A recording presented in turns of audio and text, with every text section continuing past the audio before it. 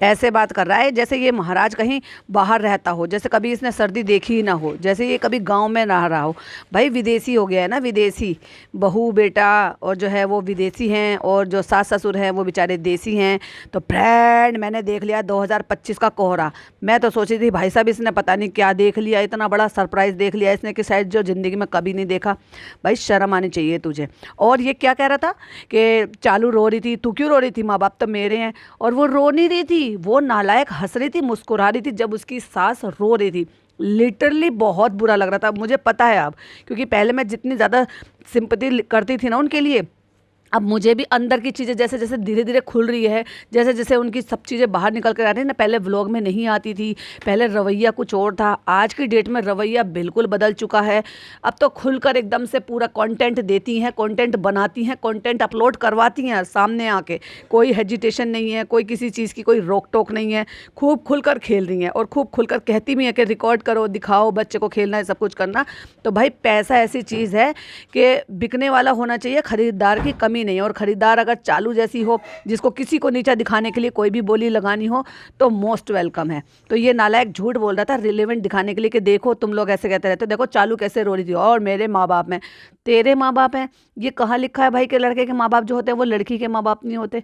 हमने तो यही देखा, हमने हमारे तो पेरेंट्स ने यही हमें सब कुछ सिखाया है कि जो तुम्हारे सास ससुर है वो तुम्हारे माँ बाप हैं। और आई थिंक मेरे ख्याल से हिंदुस्तान में यही होता है, इसलिए लड़कियां अपना लेती हैं ससुराल को। लेकिन दुनिया की अनोखी चीज़ें इनको देखने को मिलती है और इनको बताने को मिलती है। Hi friends, welcome back to my channel. Channel में न्यू है तो चैनल को सब्सक्राइब कर लें और साथ ही साथ बेल आइकन प्रेस कर दें, जिससे कि हमारे आने वाली वीडियो के नोटिफिकेशंस आपको पहले ही मिल जाए। बहुत ठंडे ठंडे बढ़ गए हैं फ्रेंड, आज सुबह से बहुत ठंडे बढ़ गए, आज बहुत कोहरा हो रहा है। भाग जाए यहाँ से जल्दी से जल्दी, कहीं ऐसा ना हो कि कोहरा तुझे लपेट ले। क्या लिचड़ आदमी है यार, इसका दिल कैसा पत्थर हो गया। दिल ऐसा लग रहा है कि दिल की जगह ना अल्लाह ताला ने इसमें पत्थर से बदल दिया इसका दिल। जो एक माँ के इस तरह से बिलक कर रोने से, और लिटरली वो आवाज़ से रोई हैं, और तब भी इस नालायक को रत्ती भर फर्क नहीं पड़ रहा है। देखो भाई, पोता है, पोते के सहारे से उसने जो भी ये 10 12 15 दिन यहाँ पे रुके हैं, 20 दिन यहाँ पर रुके हैं, वो बड़ी खुश थी और उसकी खुशी का ठिकाना नहीं था। वो अलग बात है कि वो लालच में आ गए हैं या अब ये सब्र कर लिया। अब इसको दोनों बातें बोल सकते हैं। एक तो लालच में तो आ ही गए हैं कि भाई उनका सारा कुछ हो रहा है, यहाँ पे बहू जो उसको पाल रही है, बेटे के लेने के बदले में वो उनका खर्चा उठा रही है। प्लस ये भी है कि नालायक बेटा तो था ही, तो जाना तो जब भी था, तो चलो भाई सब्र तो करना ही पड़ेगा। जब भी जाएगा कौन सा मेरे कहने से रुक जाएगा। पर हाँ, चला गया है तो कोई बात नहीं, हमारी जिम्मेदारी बिठा लेते। ये दोनों ही चीज़ें हैं। उसके चलते अब क्या कह सकते हैं भाई, एक तरीके से अगर किसी को आदत हो या कोई एक ही टाइप का इंसान हो तो वो आगे भी एक ही टाइप का रहता है। लेकिन अगर टाइम से कोई बदल जाए तो भाई उसको भी सही तरीके से तो नहीं बोला जा सकता ना। इसीलिए उनके साथ जो पहले सिंपैथी हुआ करती थी, अब वो सिंपैथी नहीं है, क्योंकि अब वो लालच में शुमार होता है। क्योंकि इंसान अपनी औलाद को बेच दे, अपनी औलाद के बदले में पैसा, ये बाकी सारी चीज़ों को तवज्जो दे। मैं सिर्फ पोते की बात नहीं कर रही, मैं उसकी बात कर रही हूँ जो चालू ने इनका खर्चा उठाया है, इनके छोटे मोटे हर काम का सारा लोड उठा रखा है बेटे के बदले में। और इन्होंने कॉम्प्रोमाइज कर लिया, इन्होंने अपनी तरफ से एफर्ट भी नहीं लिए। और इतनी ज़्यादा तकलीफ होती है तो शिफ्ट हो जाओ। जब तुमने इतना लालच कर लिया तो भाई इतना भी कर लो कि जाओ जाकर शिफ्ट हो जाओ। क्यों इसी मकान में बराबर बराबर, छोटा सा तो तुम्हारा मकान है, इसमें लगातार लगते चले जा रहे हो, इसमें पैसे लगा रहे हो। हालांकि बराबर में एक मकान जो है पड़ा हुआ है, और ये बंदा उनको पीछे पड़ा हुआ है। किसी ने मेरे को डीएम किया था कि ये उनसे लड़ने मरने को उतारू है कि ये मकान हमें बेच दो और हमसे मुंह मांगी रकम ले लो, जिससे कि ये उसमें मर्ज कर सके और अपने मकान को बड़ा कर सके।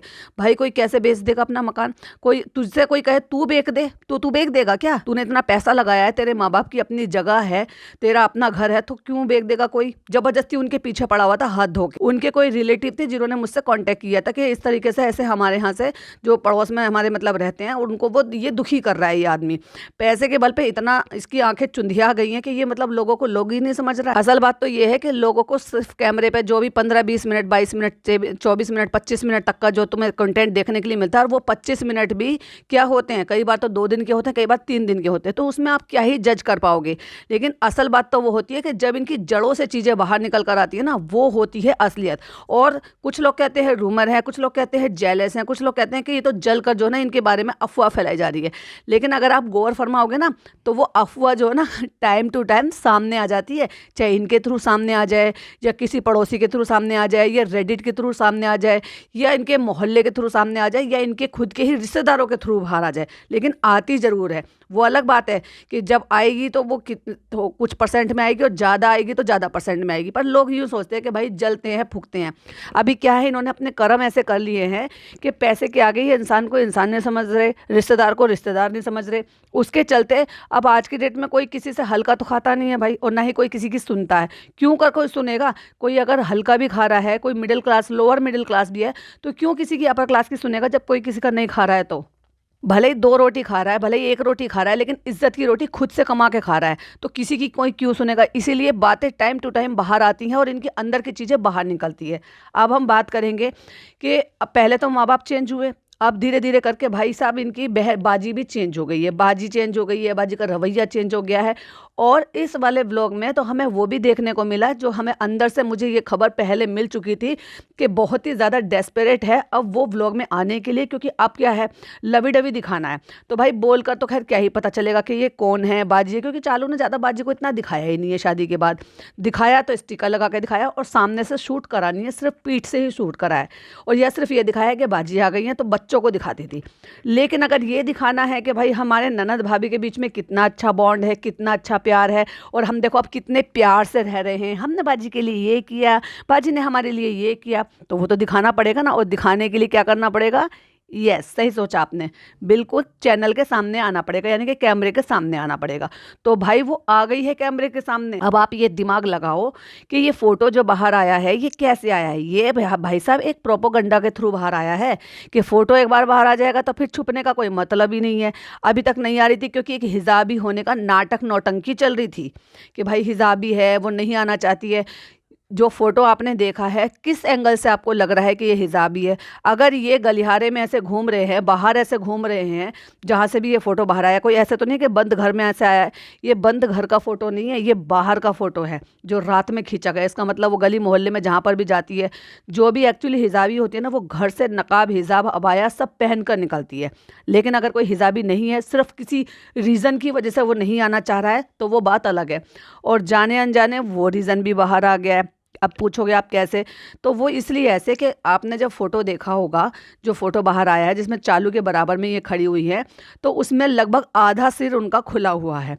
प्लस अगर आप देखोगे तो डिक्टो फनी जैसी हैं, मतलब दाढ़ी मूंछ हटा दो तो दूसरा ऐसा लग रहा है कि फनी खड़ी हुई है। आंखें उनकी जो है सनी से थोड़ी सी ज़्यादा ही बाहर है, जो वैसे हमारे यहाँ देसी तरीके से कहते हैं उबली हुई आंखें, यानी कि बाहर की तरफ को निकली हुई आंखें।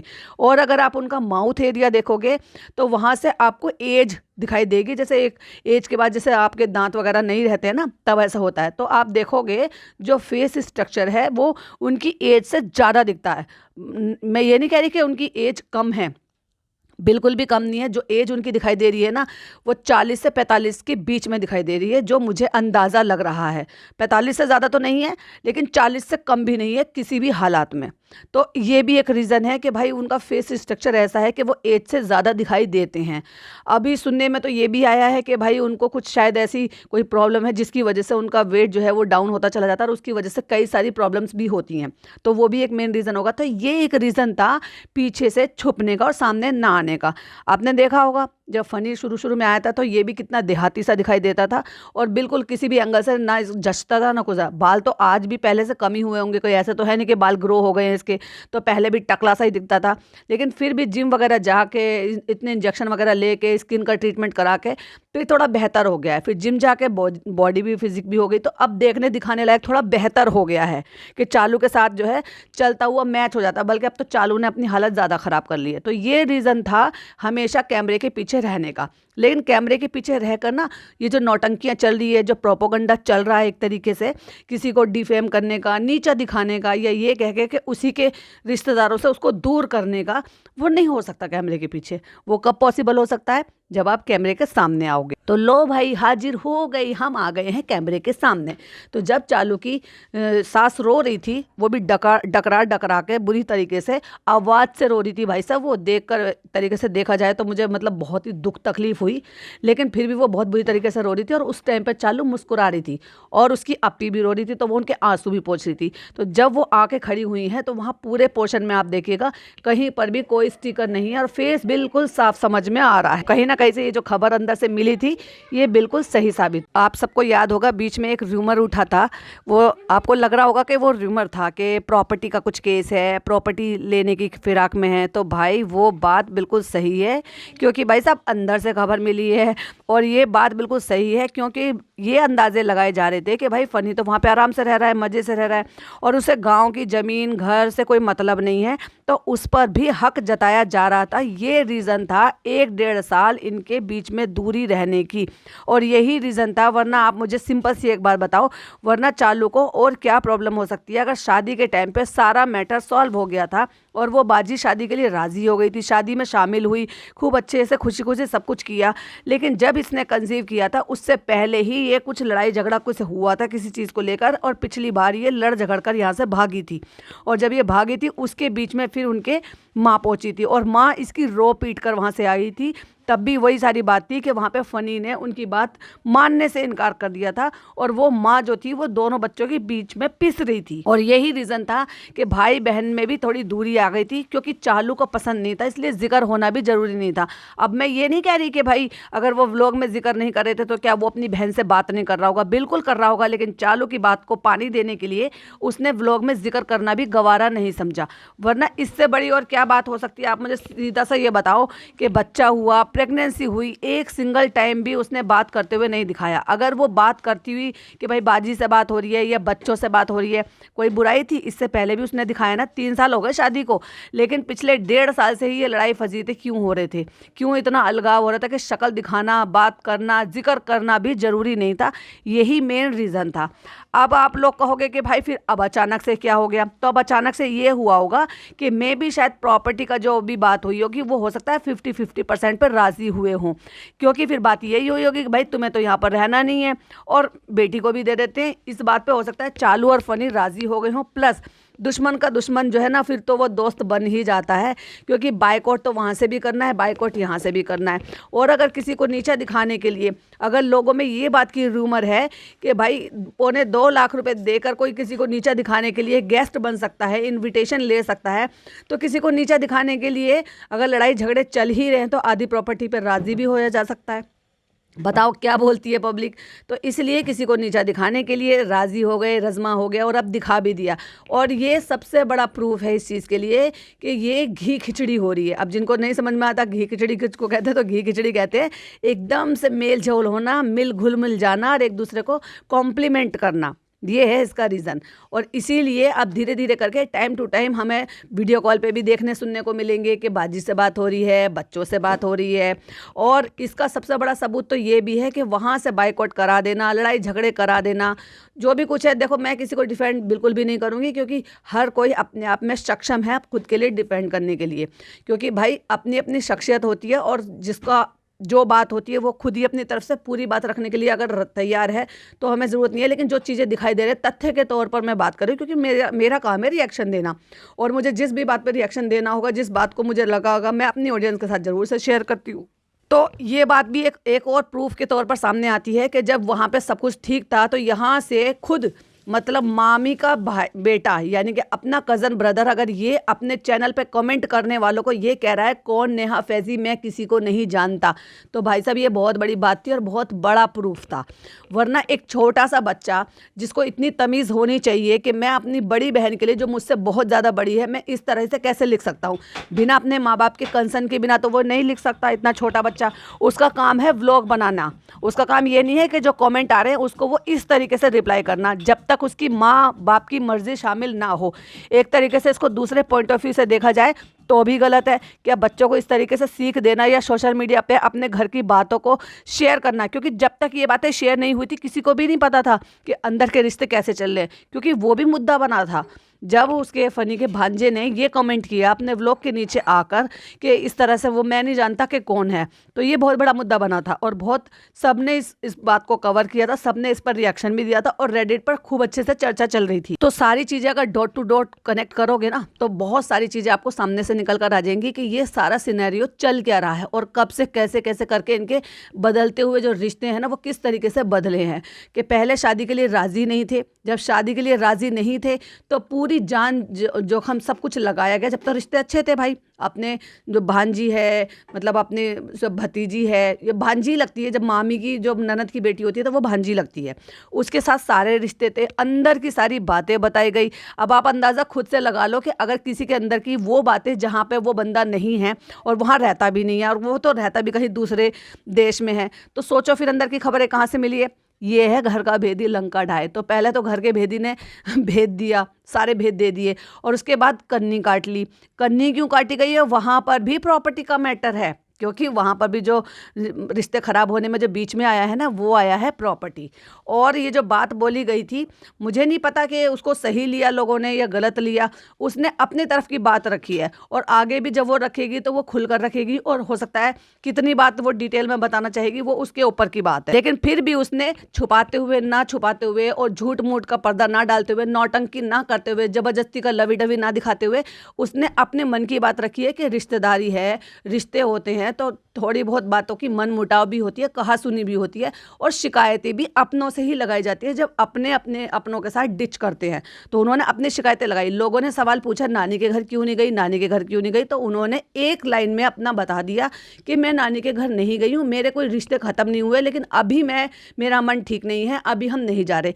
तो भाई हम तो किसी को नहीं फोर्स कर सकते ज़बरदस्ती। वहीं अगर ज़बरदस्ती ये पूछी जाए तो चालू क्यों ज़बरदस्ती अपनी ननद के घर में घुस रही है भाई, तुम खुद ही सोचो ना, चालू क्यों घुस रही है। जब तक तो ननद भी नहीं आई थी, फिर भी बाजी के घर, बाजी से तो बातचीत नहीं, बाजी को तो 1.5 साल से दिखा नहीं रहे, बाजी का तो जिक्र नहीं, बच्चों से भी नहीं बात कर रहे, पोता हो गया, मतलब ये भतीजा हो गया, भतीजे का कोई सिंगल टाइम जिक्र नहीं, एक टाइम भी नहीं। हमने देखा ना इसके ब्लॉग में, कब हुआ, जब ये मामला पूरा इन्होंने सेट कर लिया है, पूरा स्क्रिप्ट लिख ली है, और जब बाजी के ससुराल गई है तो बाजी की सास ने वीडियो कॉल में लाकर दिखवाया कि देखो ये आया है, हैदर आया है, तब भी तो हमें देखने को मिला।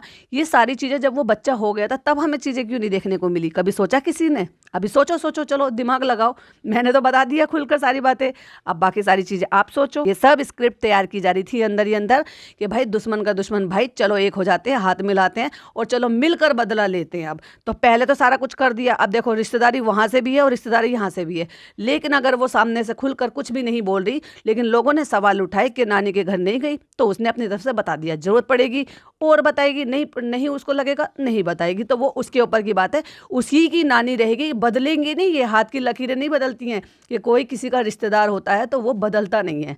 जैसे कि फनी ने नहीं बदला, उसकी बहन थी, इसने रिश्ता तोड़ दिया, अब उसने रिश्ता जोड़ लिया, तो रिश्ते तो नहीं खत्म हो गए ना, मनमुटाव आए फिर एक हो गए। चालू ने 1.5-2 साल तक शक्ल नहीं दिखाई, बात नहीं करा, जिक्र नहीं करा, फिर आज एक हो गए ना, कल को वो फिर एक हो जाएंगे, तो हम कौन होते हो बीच में बोलने वाले, पूछने वाले? क्योंकि रिश्ते इस तरीके से बदलते हैं। लेकिन लालच के रिश्ते कैसे बदलते हैं ये हमने यहाँ पर भी देख लिया। कैमरे के पीछे क्यों छुपे हुए थे ये भी पता चल गया है। रिश्ते कितने, मतलब 35 साल शादी को हुए हैं या 40 साल शादी को हुए ये भी हमें पता चल गया। अब सामने से खुल कर आए हैं, और ये फोटो किसने लीक कराया, अब आप खुद सोचो और अंदाज़ा लगाओ कि ये क्यों लीक कराया गया। ये सारा एक स्क्रिप्टेड था कि भाई इस तरीके से बाहर आ जाएंगे, फिर धीरे धीरे करके हम व्लॉग पे आ जाएंगे, और फिर हम लवी डबी प्यार मोहब्बत सब कुछ दिखाएंगे कि देखो ननद भाभी की कितनी अच्छे रिश्ते हैं, मैं कितनी प्यारी सी भाभी हूँ, मैं ननद भी बहुत प्यारी हूँ, क्योंकि मेरी भाभी मुझे कहती है नाइब ननद, तो भाई मेरी जो ननद है वो भी बहुत नाइब ननद है, मैं भी बहुत प्यारी भाभी हूँ, जैसे मेरी भाभी मेरे लिए करती है मैं अपनी ननद के लिए करती हूँ।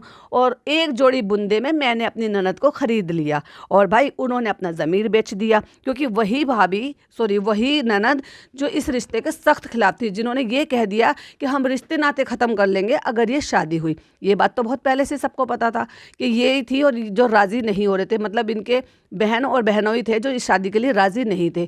फिर जैसे तैसे करके राज़ी हो गए, चलो भाई मान लिए, उसमें भी पैसा बीच में आया था मकान बनाने के लिए, शादी करने के लिए।